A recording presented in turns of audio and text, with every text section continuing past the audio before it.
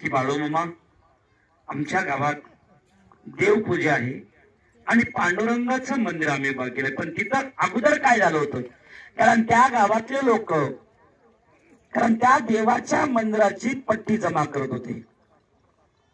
मग ते लोक गावातले लोक मामाकडे आले, मामा आम्ही पांडुरंगाचं मंदिर देवाचं मंदिर बांधावं म्हणतोय. मामा कळले, अरे ज्या काय चांगली गोष्ट आहे बांधा. तरच मामानं सांगितलं, बरं असं म्हणतोय बांधा की, चालू करा तुम्ही पट्टी चालू करा, तुम्हाला भेटून जाईल, सगळं होऊन जाईल, काही का अडचण येणार नाही, होणार आहे पूर्ण. मग त्यावेळेस ते काय करायचे, पट्टी मागितलं की मामाकडे यायचे. मामाला सांगेल, मामाचा आशीर्वाद घ्यायचे. परत आपण मामा विचारायचे, अरे काम कसं चाललंय, बरं आहे ना? हो मामा बरं आहे, काय अडचण? काही नाही मामा, सगळं व्यवस्थित आहे. बरं, सगळ्या गावातल्या लोकांना पट्टी दिली का? सगळ्या गावातल्या लोकांना पट्टी दिली का हे मामा विचारायचे त्या भक्तांना. त्यास मामाचे सगळे भक्त मामापाशी खरं बोलावं लागायचं, खोटं चालत नव्हतं. मामाच्या समोर त्यानं सांगितलं, मामा सगळ्या गावानं पट्टी दिली, पण गावातल्या एका महिलेनं पट्टी दिली, एका घरानं फक्त पट्टी दिली नाही. सगळ्या गावानं पट्टी दिली आणि एकाच घरच्या लोकांना पट्टी दिली. मामानं सांगितलं, कस काय दिलेलं आहे त्यांना पट्टी? नाही मामा, आम्ही भी त्यांना मागायला गेलो ना आणि तिने बी पट्टी आणून दिली नाही. मामाने विचारलं, का? मामा लई बाई भांडकुद आहे तिथे. काय? ती बाई लई भांडकुद आहे मामा, ती बाई एवढी भांडते आहे की म्हणून तिच्या घरला सुद्धा जावं वाटत नाही, पट्टी मागायला सुद्धा जायचा कटाळा वाटतो, म्हणून त्यांना पट्टी मागावा अशी इच्छा होत नाही, असं ते मामाला सांगायला लागले. मग म्हणले, बरं असं म्हणतोय, चला मी येतो, मी सोबत येतो पट्टी मागायला, चला मी सोबत येतो. मग मामा निघाले त्यांच्या गावात आणि मामा गेले गावात. मामा आले म्हणून सगळं गाव जमा झालं. मामाच्या सोबत मामाचे भक्त आणि मामाचे भक्त घेऊन कुठे गेले? त्या माऊलीच्या घरी गेले. मामानं त्या माऊलीचं नाव होतं केरुबाई. मामा नावात दिलं, हे केरुबाई, सगळ्या गावानं पट्टी दिली आणि तू का पट्टी दिलीस? गावात मंदिर होणं, देवाची आराधना होणं आणि देवादिताचं मंदिर उभा टाकणं काय चांगलं का वांगलं? मग तू का पट्टी देत नाहीस? द्यायला पाहिजे. त्यावेळेस ती माऊली म्हणली, मामा मी कधी म्हणलं पट्टी देत नाही म्हणून? त्या आटेनं मला पट्टी मागितली बी नाही आणि मी दिली बी नाही. पण मामा मी देते हे बी 100% खरं आहे, पण माझ्यापाशी आता सध्याच्याला पैसेच नाहीत मामा, मी कुठून देऊ? माझ्या घरी पैसा नाही मामा, मी देणार कुठून? मामा म्हणले, दादा तुला कोण म्हणलं दादा पैसे नाहीत? मला दिसतात की तुझ्या घरातले पैसे. काय मामा? काय मला दिसायला लागलं तुझ्या घरात पैसे आहेत का नाही ते? पैसे दे मला, अगोदर पट्टी दे, म्हणजे आधी मंदिराचं बांधकाम करायचं. तर मामा असं बोलत असताना ती माऊली हात जोडून मामाला म्हणले, मामा माझ्याजवळ पैसे आले की मी 100% देते, पण आता 1 रुपया नाही माझ्या घरात. मामा म्हणले, कस काय नाही? मला माहित आहे ना पैसे आहेत ते तुझ्या घरात. मामा सांगितल्याच्या खरोखर ते ना ती माऊली म्हणली, मामा आणि खरंच तिला माहित नव्हतं पैसे कुठं आहेत ते.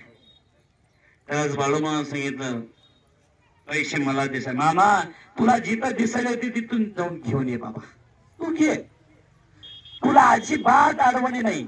सगळे घरातले माणसं बाजूला सरकले. मामाला सांगितले, मामा तू जिथं असतील तिथले काढून घे. मामाला सांगितलं, मी काढून घेत नाही, तुला काढायला सांगतो ते काढ, तिथं आहेत मी पैसे सांगतो तुला. ती म्हणली, मामा मला सगळं घरात माहिती आहे कुठं पैसे आहेत ते, मी कुठं पैसे ठेवते ते बी मला माहिती आहे, आणि तुला कुठून दिसायले? मी सांगतो की तुला. त्यास मामानं सांगितलं. मामा घराच्या बाहेर होते आणि बाहेरून त्या माऊलीला सांगितलं, जे तुझ्या गाडग्याची लाईन आहे की नाही, गाडग्याची लाईन, त्या गाडग्याच्या लाईनीचं मामानं सांगायला सुरुवात केलं. तुझ्या ज्या आणि त्या गाडग्याची लाईन आहे, त्या गाडग्याच्या लाईनची 4थ्या नंबरची जी लाईन आहे, 4थ्या नंबरची जी लाईन आहे, त्या 4थ्या नंबरच्या लाईनला 4थ्या नंबरचं गाडगं जे नाही, 4थ्या नंबरचं गाडगं, ते अगदी गाडगं काढायचं आणि माझ्याकडे घेऊन यायचं. त्या गाडग्यात पैसे आहेत बघ, ते गाडगं घेऊन ये. ती माऊली म्हणली, मामा एकही गाडग्यात पैसे नाहीत, आणि तू गाडग्यात 4थ्या नंबरचे कसून पैसे नाहीतच म्हणजे. मग तिला वाटलं बाबा पैसे आपण ठेवलेच नाही तर तिथं पैसे कुठून आणले? त्या माऊलीला म्हणले, मामा 4थ्या नंबरच काय, सगळे गाडगे आणून टाकते म्हणले ते आपण, बघ बाबा तोच म्हणले. मामानं सांगितलं आणि खरोखर मामा त्या माऊली उठली खरोखर एक प्रत्येक गाड गाण्याची मामाच्या समोर ठेवायची, प्रत्येक गाड गाण्याची मामाच्या समोर ठेवायची. मामा अजिबात बोलायची नाही. मग त्याला 4थ्या नंबरची लाईन चालू झाली हे मामाला माहिती. तिने काय मामाला सांगितलं नाही कितव्या नंबरची चालू आहे हे गाडग म्हणून. मग चालू झाला प्रत्येक लाईन आणि मामाच्या समोर आणून ठेवली. मग ज्या 4थ्या नंबरचे गाडी लाईन चालू झाली की पहिलं गाड गाड, दुसरं गाड गाड. मामा तिला अजिबात म्हणे कोणीच गाडग्यात हात घालायला. 4थ्या नंबरचं 4थं गाड आलं की मामानं तिला सांगितलं थांब आता घाल या गाडग्यामध्ये हात, कसे पैसे नाही ते मी बघतो. मग त्यावेळेस त्यानं गाडग्यामध्ये हात घातल्याबरोबर त्या गाडग्यामध्ये हात घातले, त्याच्यात जे पदार्थ होते त्या पदार्थामध्ये हात घातलं त्यावेळेस त्या पदार्थामधून पैसे निघाले. पैसे निघाले. मामानं सांगितलं हे कुठून आले? मामा खरंच मला माहिती नाही, म्हणजे मला ध्यान बी नाही माहित बी नाही, कवा ठेवलेले येतील कधी ठेवले ती मला सुद्धा माहिती नाही. तर त्यावेळेस मामानं सांगितल्याच्या नंतर ते पैसे जेवढे होते तेवढे पैसे त्या पतीला दिले आणि मामानं घरात वाकून पाहिलं. काय त्या घरात वाकून पाहिलं आणि मामा त्या माऊलीला म्हणतात आणि ती खरंच तिच्या घरातले पोरं काम करत होते, कष्ट करत होते, मेंढ्या होत्या, जमीन होती, सगळं होतं, पण घरात पैसाच टिकत नव्हता. तरच मामानं खाली वाकून बघितलं आणि मामा सांगायला लागले त्या माऊलीला, हे तुझ्या घरात पैसा कसा टिकन? त्याच कारण आहे, तुझ्या घरात एक चंडकी बसले, चंडकी, आणि ती चंडकी काय घरात तुझ्या घरात पैसे लक्ष्मी टिकू देत नाही. थांब आता इथून पुढे कसा पैसा टिकत नाही मी बघतो असं मामानं सांगितलं. आणि खरोखर मामानं कारण आपल्या पायातलं पायतन काढलं. मामानं काय काढलं? पायातलं पायतन काढलं, उजवं पायतन काढलं आणि त्या चौकटीला आणि त्या बेताडाला मामानं दना दन मारायला सुरुवात केली. काय 5 पायतन मारले मामानं त्या बेताडाला आणि त्या चौकटीला. आणि मामा त्या चंडकीला सांगतात जा इथून पुढं हान बगर ह्या घराला यायचं नाही, पण ध्यानात ठेव आता इथून पुढं कसं कमी पडतोय तसं मामा त्या माऊल्या म्हणायला लागले, ए इथून पुढं तुझ्या घरात कसं कमी पडतंय ते मी बघतो असं मामानं सांगितलं. आणि 5 पायतन मारले आणि त्या घरातली कायमची चंडकी मामानं घरातून घालवली आणि तिथून पुढे त्या घरामध्ये सुख समाधानी प्राप्त व्हायला सुरुवात झाली. तो म्हणजे मी मामा. तर मंडळी खरोखर ज्या श्री सद्गुरू संत बाळूमामा आपल्या भक्तिभावाचं वैभव घेऊन फिरत असताना त्या गावातल्या लोकांना मामाला आधी मामाचं पूर्ण मंदिराचं बांधकाम झालं आणि मामाला आमंत्रित केलं की मामा तुम्ही आमच्या गावात कळस आणि मूर्ती स्थापनेचा कार्यक्रम आहे, तुम्ही कार्यक्रमाला या. तर मंडळी खरोखर बाळूमामा आमंत्रण दिले त्या पद्धतीने मामा खरोखर मामा त्या गावात कळस कार्यक्रमाला आले. आणि त्या ठिकाणी एक गंगाराम महाराज म्हणून त्यानंतर गंगाराम महाराज सुद्धा त्या कार्यक्रमाला आलेले होते. त्यांच्या सुद्धा शिष्यमंडळानं गंगाराम महाराजाला बोलवलं होतं आणि गंगाराम महाराज सुद्धा तिथं आलेले होते. मग त्यावेळेस खरोखर म्हणजे असा प्रकार झाला कारण ज्यावेळेस गंगाराम महाराज यायला आणि त्याच्यानंतर मामा तिथे यायला त्यावेळेस बाळूमामाला पाहिलं गंगाराम महाराजानं आणि गंगाराम महाराज बाळूमाला पाहून काय म्हणतात सगळ्या जगाच्या पुढे मावशा, कारण सगळ्यात शेवट यायचं आणि पुढे येऊन बसायचं नाही, पाठीमागं बसायचं. पाठीमागं जागा येतात, पाठीमागं बसण्याचा प्रयत्न करा, पुढे कुणी येण्याचा प्रयत्न करू नका. तर मंडळी खरोखर फक्त महाराज शांततेत सांगायचं, आरडाओरडा करायचं ना, तुमचा त्रास मला झाला पाहिजे, माझा त्रास तुम्हाला झाला पाहिजे, तर त्याला निवेदन म्हणतात.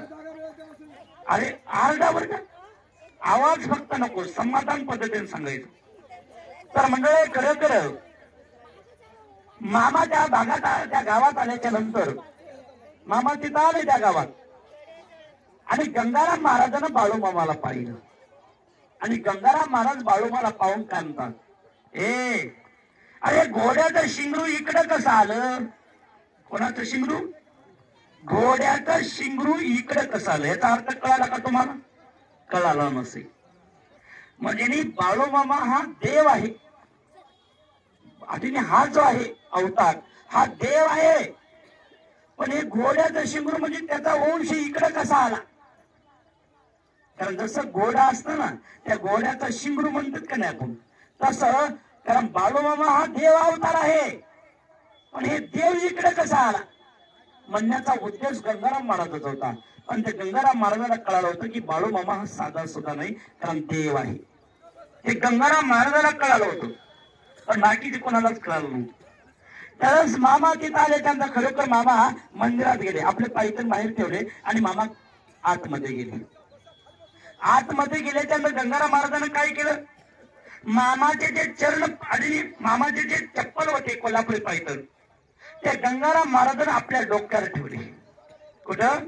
आपल्या डोक्यावर ठेवले गंगाराम महाराजाचे. गंगाराम महाराजांना पायथन, मामाचे पायथन आपल्या डोक्यावर ठेवले. जसे आपण पादुके नेऊन पूजा अर्चा करतो ना देवा संतांची नेऊन, तसं गंगाराम महाराजांना मामाने जे पायथन वापरत होते ते पायथन गंगाराम महाराजांना आपल्या डोक्यावर ठेवून घेतले. आणि गंगाराम महाराज नामचिंतनामध्ये मग्न झाले.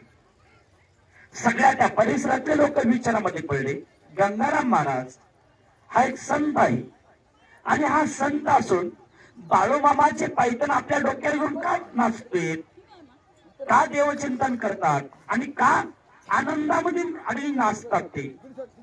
म्हणून त्याच्यासाठी खरोखर सुरेश महाराज तुम्ही बाहेरून तिथं उभा टाकून निवेदन लावा, फक्त पुढे येऊ नका. म्हणजे कसं तुमचा आवाज इथल्या 4 लोकांच्या कानावर पडायला नाही आणि त्यांचे कान तुमच्याकडे आले.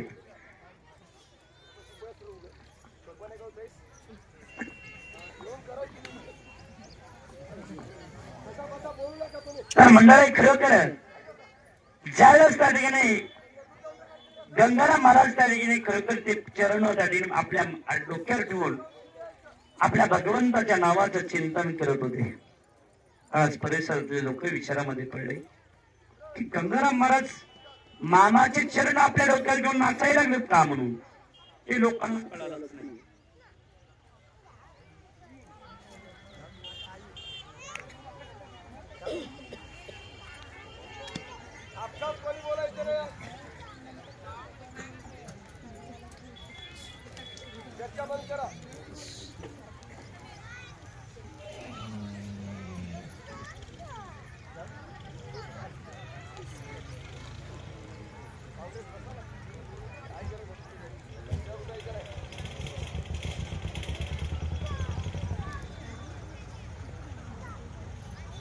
लाईट आम नाही कसं काय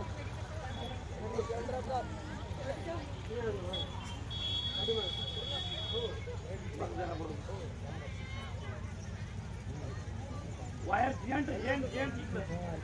लाईट का इकडे मार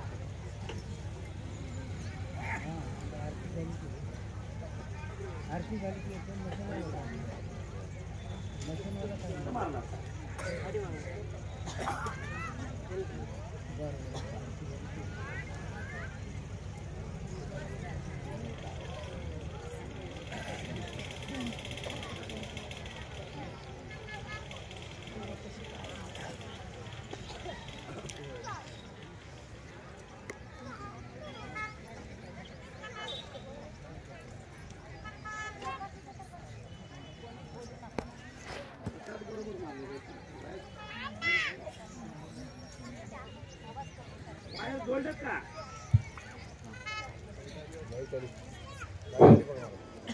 ते जनरेटर त्या ठिकाणी अगोदर पूर्ण क्लिअर करून घेतात.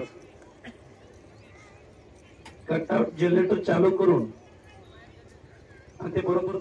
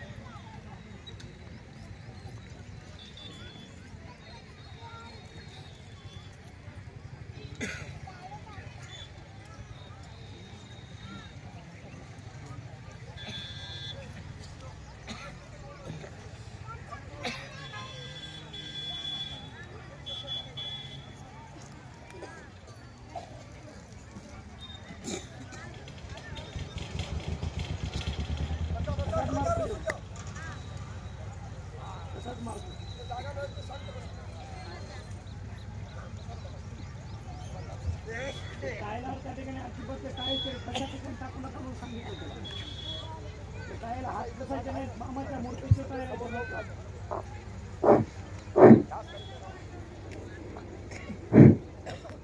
मंडळी खरोखर त्यावेळेस गंगाराम महाराज त्या ठिकाणी आपल्या डोक्यावर मामाचे चरण ठेवून त्या ठिकाणी भगवंताचं चिंतन आणि जगाला दाखवायला लागले की रे बाळू मामा हा साधा सुद्धा नाही, की मामा हा श्रेष्ठ आहे.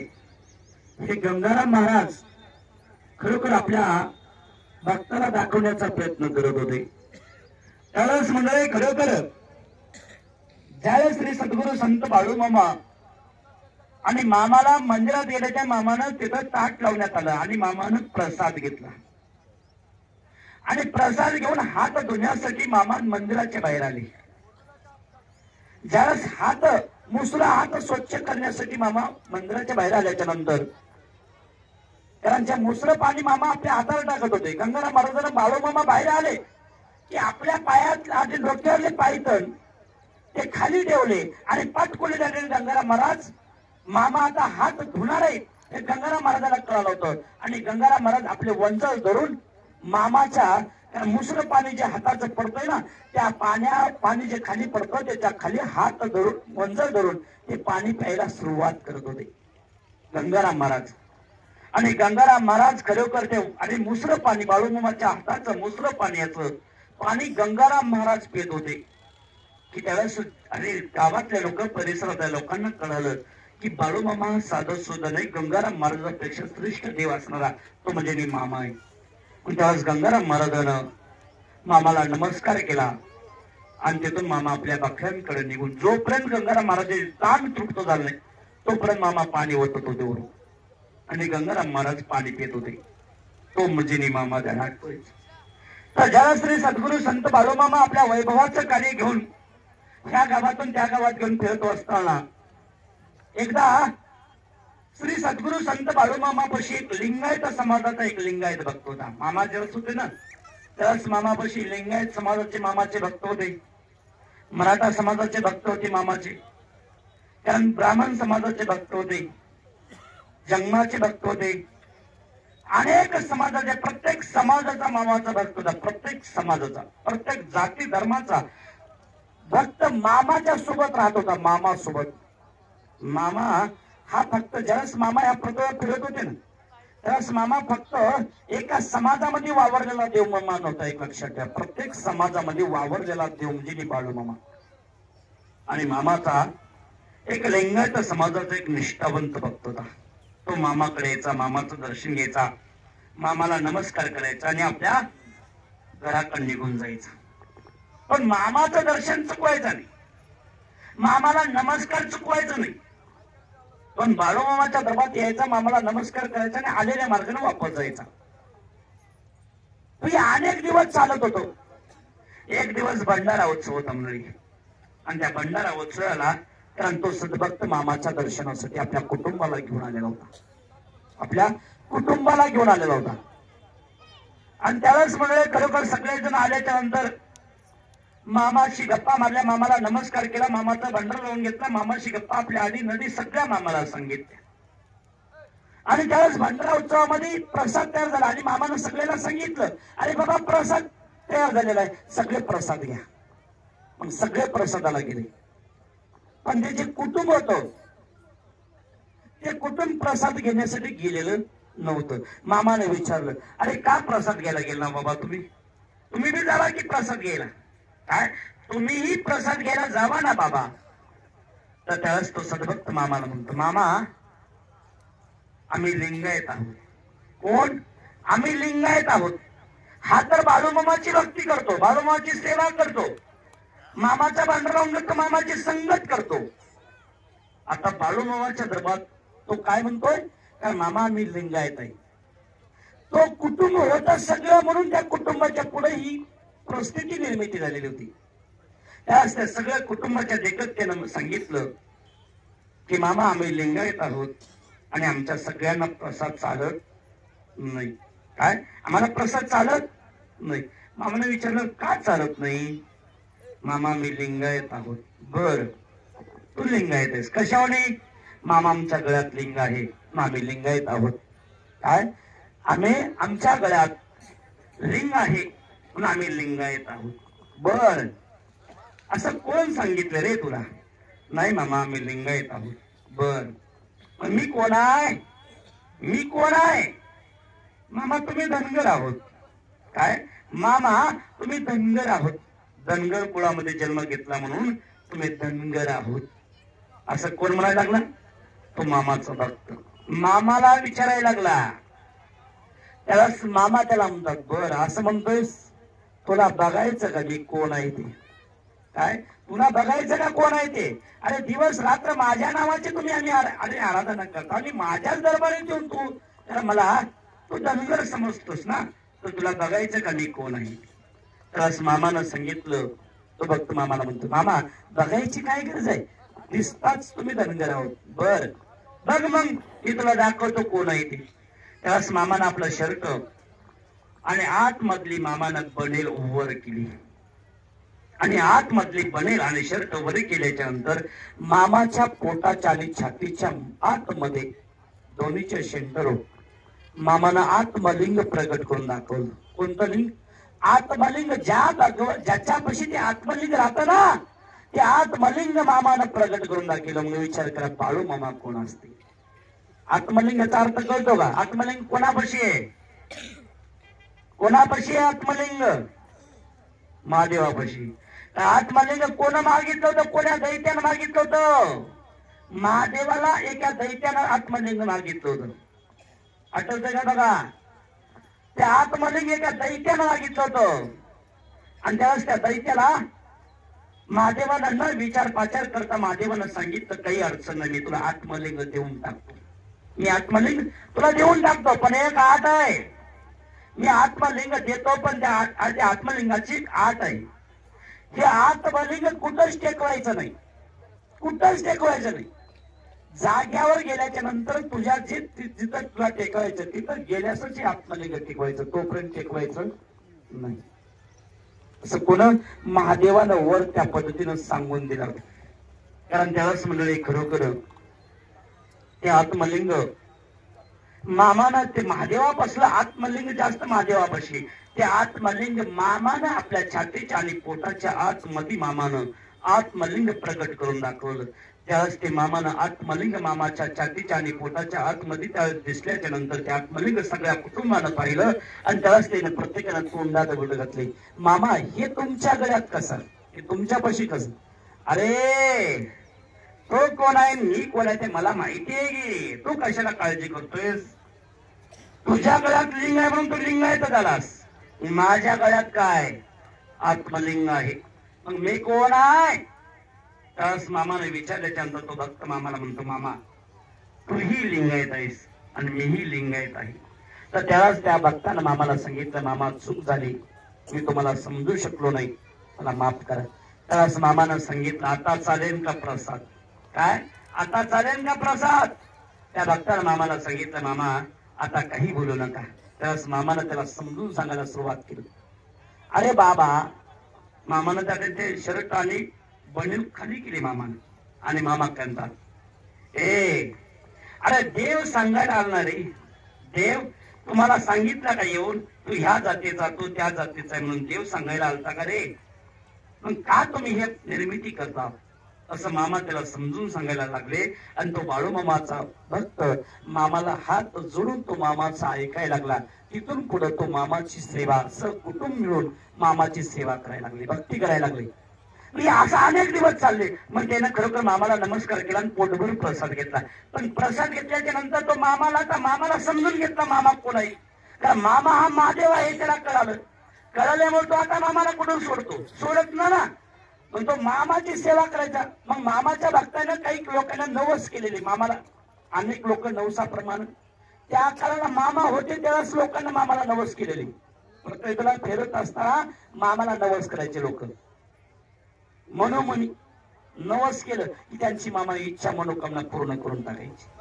मग ते लोक काय करायचे? कोणी सोनं, कोणी चांदी, कोणी वेगळ्या वेगळ्या पद्धतीनं मामाला अर्पण करायचे. मग मामापाशी हे सोनं अर्पण केलेलं सोनं जमा होतं मामापाशी, सोनं चांदी. आणि मामा काय करायचे माहितीये का, आपल्या भक्ताला विचारायचे. मामा आपल्या भक्ताला, सगळे भक्त बसले की भक्तामध्ये बसले की मामा विचारायचे, अरे माझ्यापाशी 11 तोळे सोनं आहे रे, पण त्या सोन्याचं काय करू मी, उगे विचारायचे भक्ताला. आधीने एकदम मामा असं भोळ्या स्वरूपातून चढायचे. मामा त्याला कळू द्यायचे नाही की मी काय विचारलो होते. तरच मामा विचारायचे, 11 तोळ्या सोनं आहे माझ्यापाशी, त्या 11 तोळ्या सोन्याचं मी करू काय, काय कामाला येणार आहे माझे 11 तोळे सोनं. तर ते मामाचे भक्त म्हणायचे, मामा ते 11 तोळे सोनं तुझं आहे, ते तू ठरव काय करायचं काय नाही करायचे, तू ठरव, आम्ही काही करणार आणि आम्हाला काही करत. कारण मामाच्या पुढे अतिशहाणपण करून चालत नाही हे त्याला माहित होतं. म्हणून ते मामाच्या पुढे सुद्धा ते, आणि एकदम आम्ही मामा भोळे भक्त आहोत, ते मामाचे भक्त सुद्धा मामापेक्षा भोळे व्हायचे आणि मामाला सांगायचे, मामा ते सोनं तुझं आहे ते तू ठरव.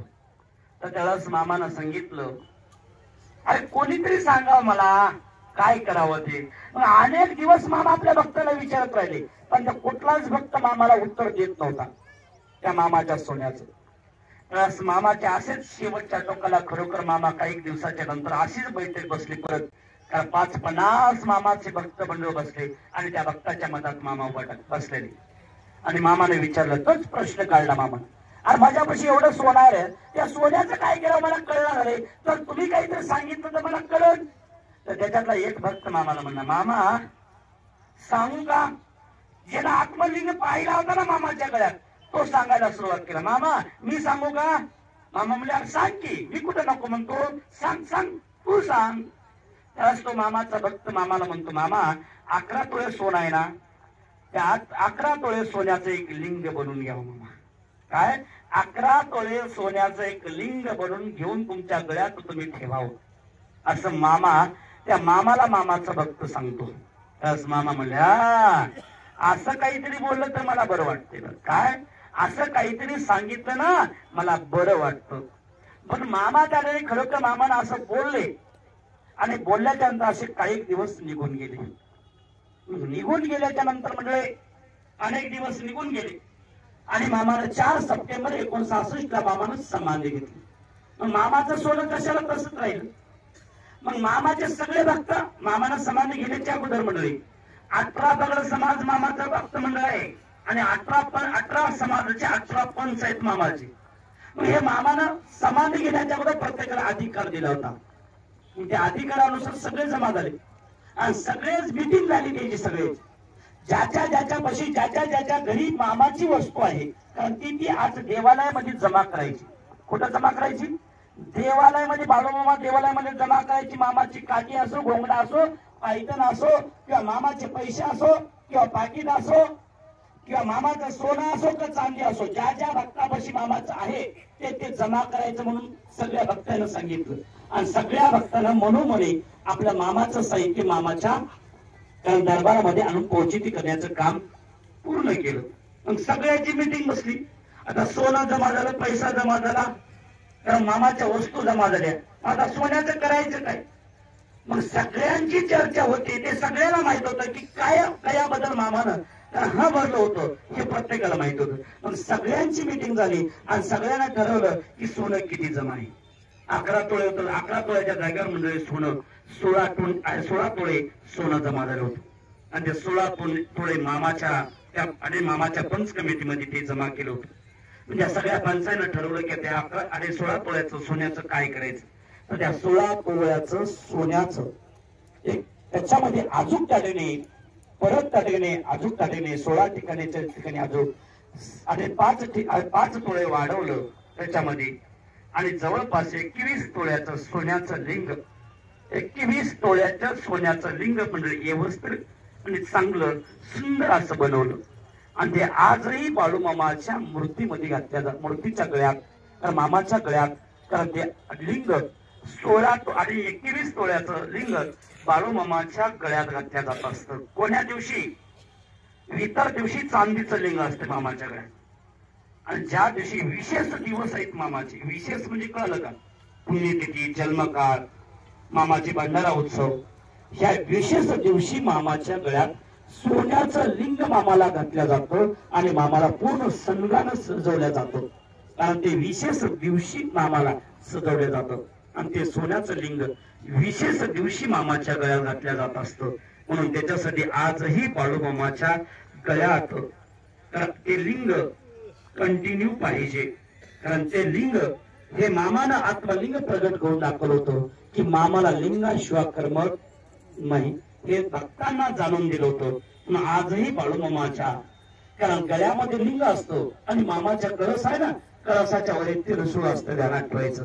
कारण तो म्हणजे मामा, तो मामाची आपण मामा हा दिसायला जरी मानवी कुळाचा जन्म घेतला असेल पण तो जटाधारी शिवशंकर आहे हे माहिती नाही, एक लक्षात ठेवा. कारण ज्यावेळेस खरोखर लोकांना माहिती होतं ना की त्यावेळेस जग त्याचा पाठपुरावा सोडत नाही, तो म्हणजे मामा. त्या मामाची आपण आराधना, त्या मामाची सेवा आपण करतोय, आपलं भाग्य समजा. कारण आज कन्याचा प्रसाद आहे. कन्याचं महत्व काय? कन्या औषधी व्याधी जर्जरा दिले भूमी जलपुत्र धरा भक्ता बोलते रागाच्या भरा भंडाऱ्याचा महिमा मोठा गुरुवरा. काय मामा काय सांगतोय? कन्या औषधी व्याधी जर्जरा दिले भूमी जलपुत्र धरा भक्ता बोलते रागाच्या भरा भंडाऱ्याचा महिमा मोठा गुरुवरा. तर मामा सांगतो अरे त्या कन्यापासून ज्याच्या पाठीमागा कितीही पीडा राहू दे, त्यानं माझ्या दरबारातल्या जास्तीत जास्त कन्याचा प्रसाद ग्रहण केला. कारण त्याच्या पाठीमागची 7.5 सुद्धा नष्ट करण्याची ताकद माझ्या कन्यात आहे. अरे माझ्या कन्यात एवढी ताकद आहे, अरे ज्याला कितीही मोठी रोग राही त्याच्या अंगात असू दे, कारण त्यानं जर माझ्या दरबारातल्या कन्याचा प्रसाद जर ग्रहण केला कारण त्याचे रोग राही सुद्धा नष्ट करण्याची ताकद माझ्या कन्याच्या प्रसाद आहे. अरे माझ्या कन्यात एवढं सामर्थ्य आहे, एवढं सामर्थ्य आहे. अरे जी इच्छा मनोकामना पूर्ण होत नाही, कारण ती इच्छा मनोकामना पूर्ण करायची ताकद ह्या माझ्या कन्याच्या प्रसादात आहे म्हणतोय मामा. अरे माझ्या कन्यात एवढं सामर्थ्य आणि एवढी ताकद आहे. अरे ज्याला संतती प्राप्त होत नाही कारण त्याला संतती प्राप्त करण्याची ताकद माझ्या कन्यात आहे म्हणतोय. तो म्हणजे मी आहे म्हणतो, एक लक्षात ठेवा. म्हणून त्याच्यासाठी आज योगायोगानं 15 दिवसाला एकदा मामाच्या तळात दररोज बाळूमामाच्या दरबारात कन्या मामा बनवायची. काय दररोज कन्या बनवायची. पण आपल्याला दररोज कन्या बनवणं होत नाही, कारण त्याच्यासाठी आपण 15 दिवसाला एकदा कन्या भक्ताला भेटल्या पाहिजे. आणि त्या कन्याच्या माध्यमातून भक्तांचा सुद्धा उद्धार झाला पाहिजे, सेवेकऱ्यांचा उद्धार झाला पाहिजे आणि सर्वांना त्याच्यापासून काहीतरी लाभ घडला पाहिजे म्हणून कन्या बनवतो. याचं कारण हे एक लक्षात ठेवा. तर मंडळी खरोखर ज्याला श्री सद्गुरु संत बाळूमामा होते ना तेव्हा मामा कन्या आवडीनं बनवायचे आणि मामा सांगायचे अरे माझ्या तळातल्या कन्या जास्तीत जास्त जन खाल्या ना त्याला मोक्षपद सुद्धा प्राप्त होण्याची ताकद माझ्या कन्याच्या प्रसादात आहे असं मामा सांगायचे. काय त्या कन्यात एवढं ताकद आहे, अरे मोक्षपद सुद्धा प्राप्त करण्याची ताकद माझ्या कन्यात आहे म्हणतो मामा. एवढं सामर्थ्य माझ्या कन्याच्या प्रसादात आहे असं मामा सांगतो. आणि त्या मामाच्या दरबारातल्या आपण कन्याचा प्रसाद ग्रहण करतो. मामा 15 दिवसाला एकदा आंघोळ करतो, तो दिवस आजच आहे. आणि आपण कारण ज्या दिवशी मामा 15 दिवसाला एकदा आंघोळ करतो त्या दिवशी आपण कन्याचा प्रसादाचं महाप्रसादाचं निवेदन, कारण त्या दिवशी मामानं त्या मामाची इच्छा होती पण त्या नियमाप्रमाणे आपण ते नियम चालू ठेवण्याचं काम केलेलं एक लक्षात ठेवू. आज बाळूमामा म्हणजे जगाचा जगन्नाथ असणारा तो म्हणजे मामा, जगाचा जगन्नाथ असणारा तो म्हणजे मामा. रात्री तुम्हाला सांगितलं तर जो यंकाबा तुळशीगिर नावाचा भक्त सगळेजण गेले, कुठे गेले? तिरुपती बालाजीला.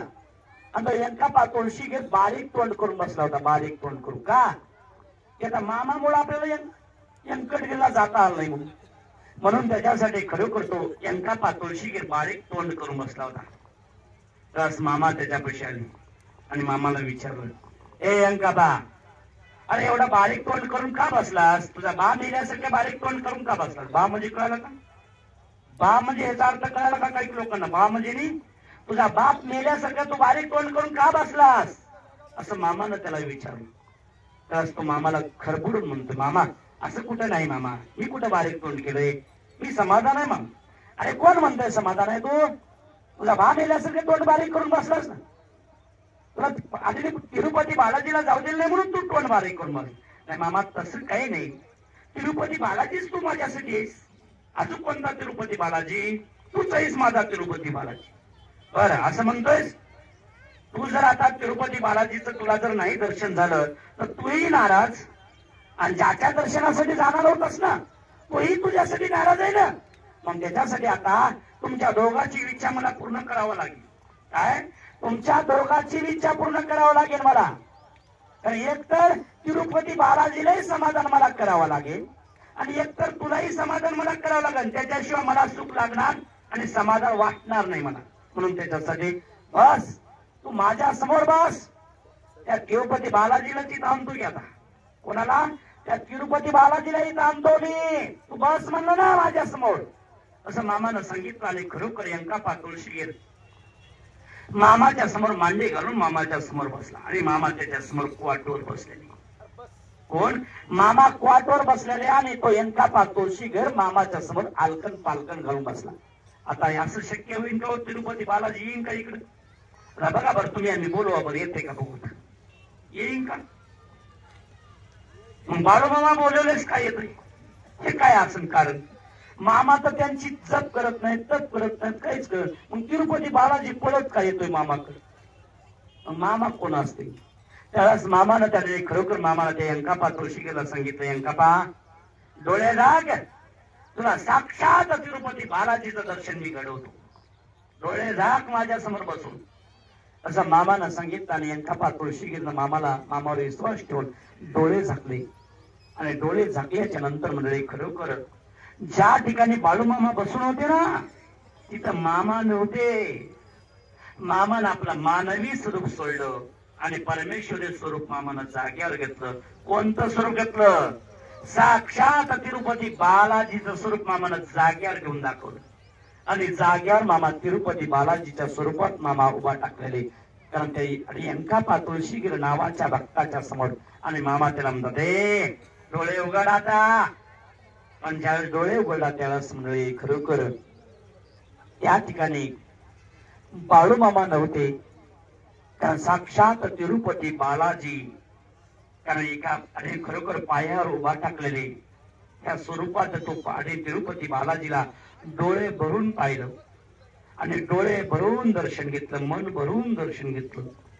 आणि दर्शन घेतल्या त्याचं मन समाधान झाल्याच्या नंतर परत मामानं, कारण आपलं परमेश्वरी स्वरूप सोडलं मामानं, आणि जाग्यावर मामानं मानवी स्वरूप घेतलं. आणि मामा त्याला म्हणतात, यंकापा तू लय पुण्यवान आहेस रे. इथून लोक तिरुपती बालाजीला गेले. इथून कुठे गेले? तिरुपती बालाजीला. आज तिरुपती झाला ना तुला दर्शन देण्यासाठी. तू किती भाग्यवान आहे, बसल्या तुला तिरुपती बाला दर्शन झाले. तू किती भाग्यवान आहेस. आणि इथून लोक तिरुपती बालाजीला घेत भेटायला दर्शन. आणि तो तिरुपतीच तुला जाग्यावर दर्शन देण्यासाठी आला. पण तू पुण्यवान आहेस रे बाबा, तू फार पुण्यवान आहेस. तो यंकापा तुळशीगीर म्हणतोय, मामा माझा देव माझ्या जवळ असल्याच्या मला कुठल्या देवाला जाण्याची काय गरज आहे मामा. माझ्याकडे तूच तिरुपती आहेस, माझ्याकडे तूच महादेव आहेस, आणि तू माझ्यासाठी तूच पांडुरंग आहेस. मला दुसरा कोणी लागत नाही, तूच पाहिजे. तुझ्याशिवाय मला या जगात कोणी लागत नाही. तो एवढा निष्ठावंत बाळूमाचा भक्त होता. म्हणजे खरोखर एकदा म्हणतो यंकापा तुळशीगीर हा बाळूमामाचा भक्त निष्ठावंत होता. तो मामानं त्याला साक्षात दर्शन दिलं की मी कोण आहे त्याची ओळख मामानं करून दिली. मी विचार करा, कारण बाळूमामा महादेव बी मीच म्हणतोय, तिरुपती बालाजी बी मीच म्हणतोय मामा. बाळूमामा कोण असेल?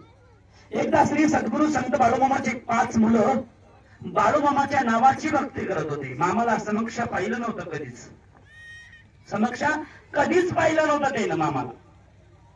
मग ते 12 वर्षापासून बाळूमामाच्या नावाची भक्ती करत होते. मामाला समक्ष पाहिलं नव्हतं, फक्त नावाची भक्ती करायची. आणि एक दिवस ठरवलं की बाळूमामा आपल्या परिसरात आहे, चला बाळूमामाचं दर्शन घेत होतो.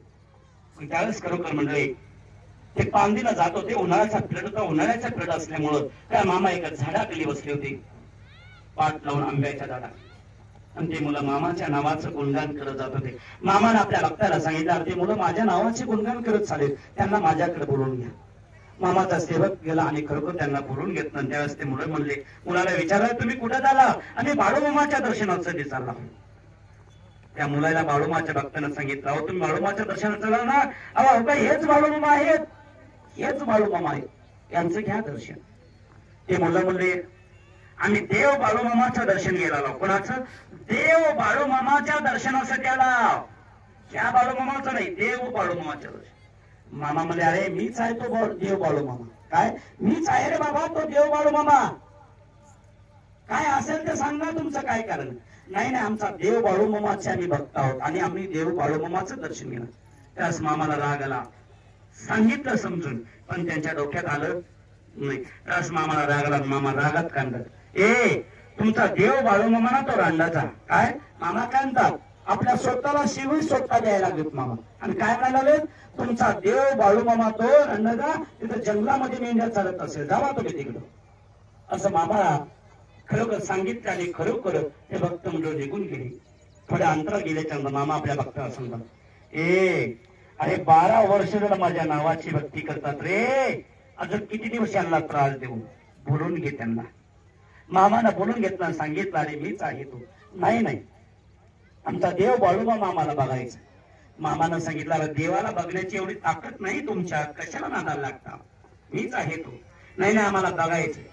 आम्हाला देवाला बघण्याची काय ताकद नाही. आणि देव बघण्यासाठी आला, आम्ही देवाच्या दर्शनासाठी आला, आमच्या देवाच्या दर्शनासाठी आला. ते मामाला अडेन म्हणायला. मामा म्हणले बर असं म्हणतोस, असं म्हणतोस ना, तुला बघायचंय का मी कोण आहे ते. मी सांगतो ते तसं करावं लागेल.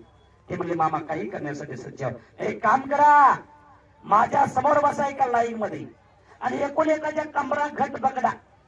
मामा ते भक्त मुलं म्हणायला लागले मामा, मामा आम्ही कमरा का म्हणून घट पकडा, देवाला बघायला आलो आम्ही आणि कमरा का घट पकड.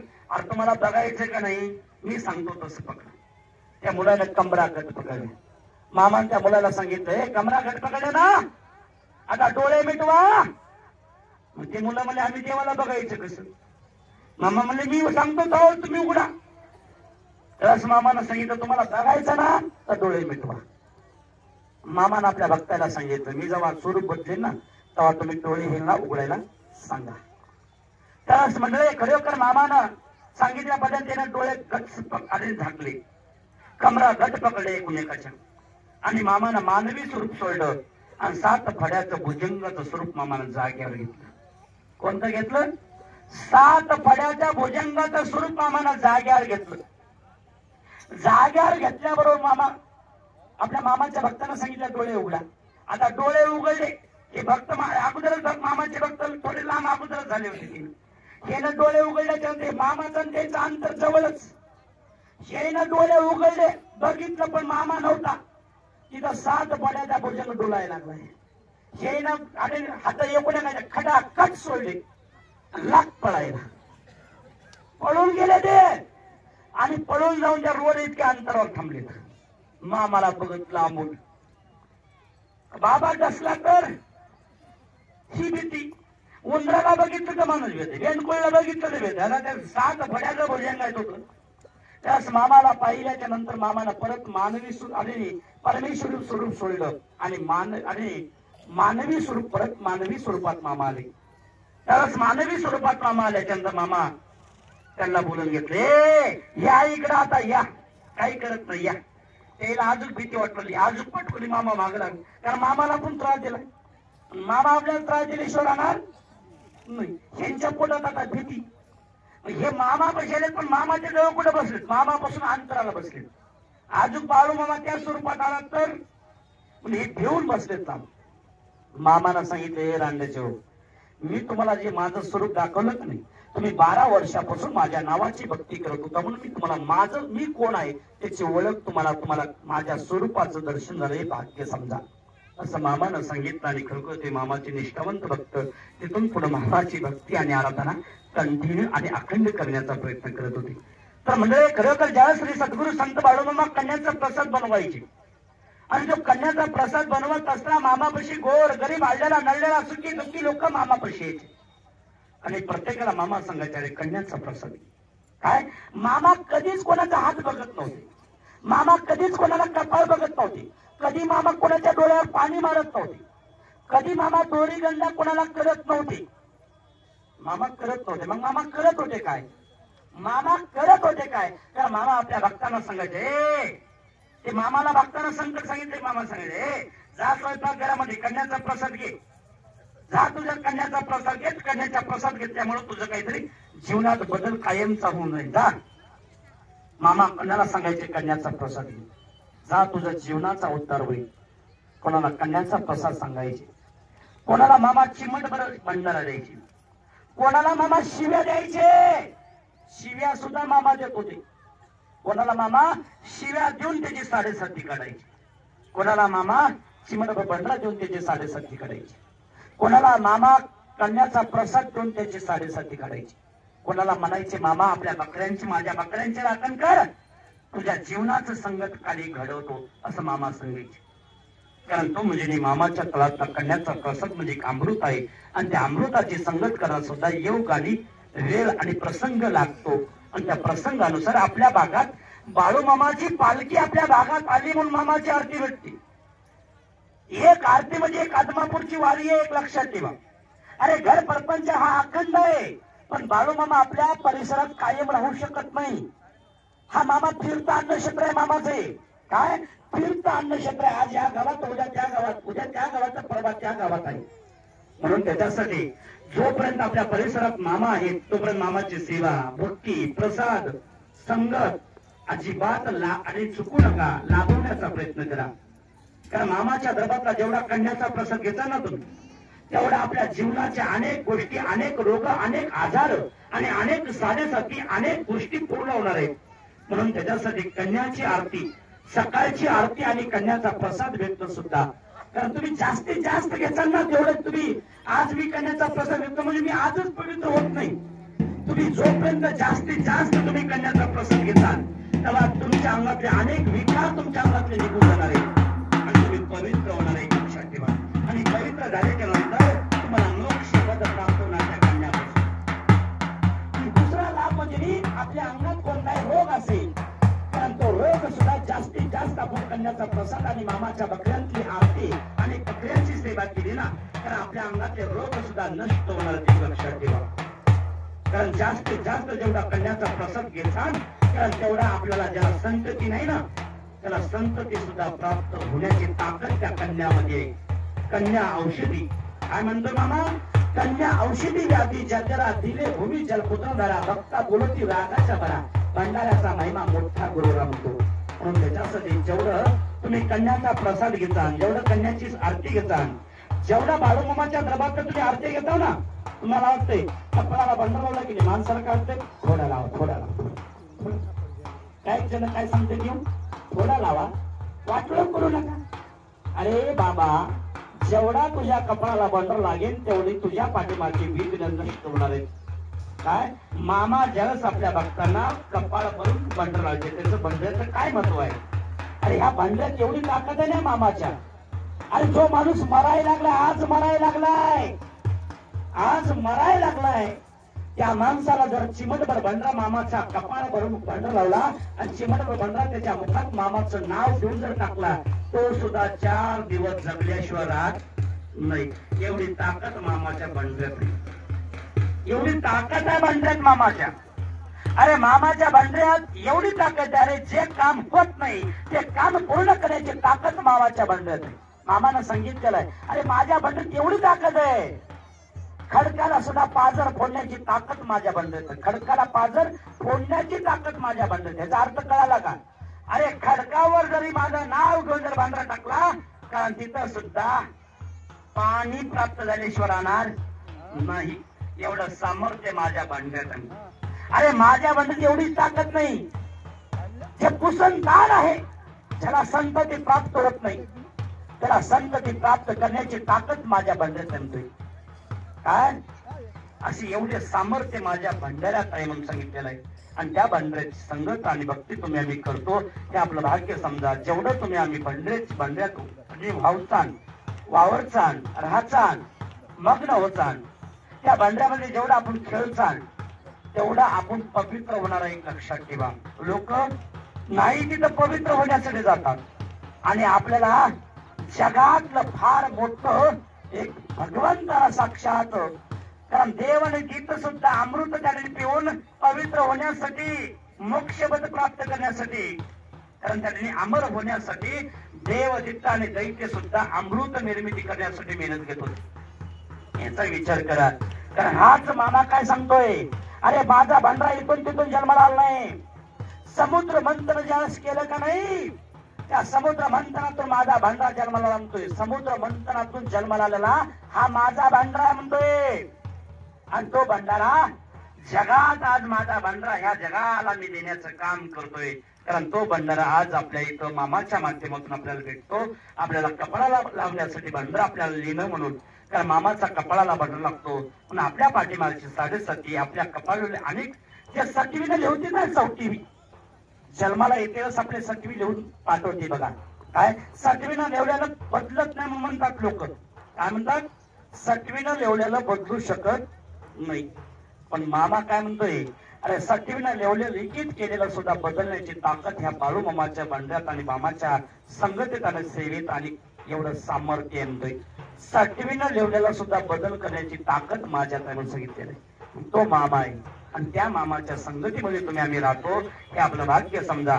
कारण त्या मामाचं चरित्र किती सांगेन तितकं कमी आहे. कारण मामानं सांगितलेलं आहे, अरे माझ्या मेंढीचा जिथं जिथं पाऊल पडेल ती भूमाता पवित्र होईल. त्या त्या ठिकाणी धनधान्य भरपूर पिके म्हणते. काय म्हणते मामा, अरे ज्या ज्या ठिकाणी माझी मेंढी जाईल ना त्या त्या ठिकाणी ती भूमाता पवित्र होईल.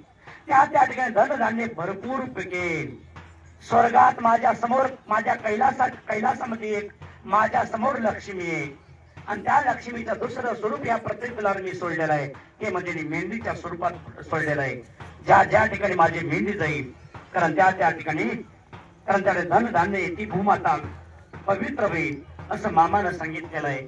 आणि आज बाळूमामाच्या माध्यमातून मामाच्या मेंढीच्या माध्यमातून ही भूमी सुद्धा पवित्र होत एक लक्षात ठेवा. कारण त्या मामाच्या संगतीमध्ये तुम्ही आम्ही वावरतो. कारण मामानं सांगितलेलं आहे, अरे माझी मेंढी म्हणजे ह्या जगामध्ये, अरे जगाचं सगळं संकट दूर करण्यासाठी मी ह्या जगामध्ये लक्ष्मी सोडलेली आहे. आणि त्या लक्ष्मीचं दुसरं नाव कामधनु आहे आणि तिसरं नाव तिला मेंढी म्हणून दिलेलं आहे. असे 3 नावानं ओळखलं जाते माझ्या लक्ष्मीला. अरे जगामध्ये ती काम करण्यासाठी मी लक्ष्मी सोडलेली आहे. त्या कामधनुला मी जगाचं काम करण्यासाठी सोडलेलं आहे आणि ती जगाचं काम करत चाललेली आहे माझी लक्ष्मी. कारण मामा शिवा ती लक्ष्मी नाही आणि लक्ष्मी शिवा मामा नाही. याचा अर्थ कळला का तुम्हाला? महादेवाशिवा पार्वती नाही, पार्वती शिवा महादेव नाही. तर इथं नुसता महादेवाच बसून आहे असं समजू नका. कारण तिथं माय बसलेली आहे. अर्ध्या सृष्टीची मालकीन तिथं एक लक्षात ठेवा आणि अर्ध्या सृष्टीचा मालक इथं बसलेला आहे. कारण देव आणि देवीचं कारण संगम आहे आणि ह्या देव आणि देवीचं कार्य ह्या जगातून फिरायला लागलं एक लक्षात ठेवा. आणि त्या देव आणि देवीची संगत आणि त्या देव आणि देवीची आराधना तुम्ही आम्ही करतो, त्याची सेवा आणि भक्ती घडवतो हे आपलं भाग्य समजा. तर मामाचं चरित्र मी किती जरी सांगितलं तरी संपणार नाही. मामाचं जीवन चरित्र मामानं सांगितलं. लेखनपटी करायला बसले ते सरस्वती माता थकेन पृथ्वीचा कागद संपे. पण श्री सद्गुरु संत बाळूमाता जीवन चरित्र कधीच संपणार नाही असं मामानं सांगितलेलं आहे. त्यासाठी मी किती जरी सांगितलं तरी संपणं शक्य नाही. त्यासाठी सर्वांना दुनियात टाळी वाजून भगवंताच्या नावाची जप करण्याचा प्रयत्न करा. हरे राम राम राम हरे हरे कृष्ण कृष्ण कृष्ण हरे हरे.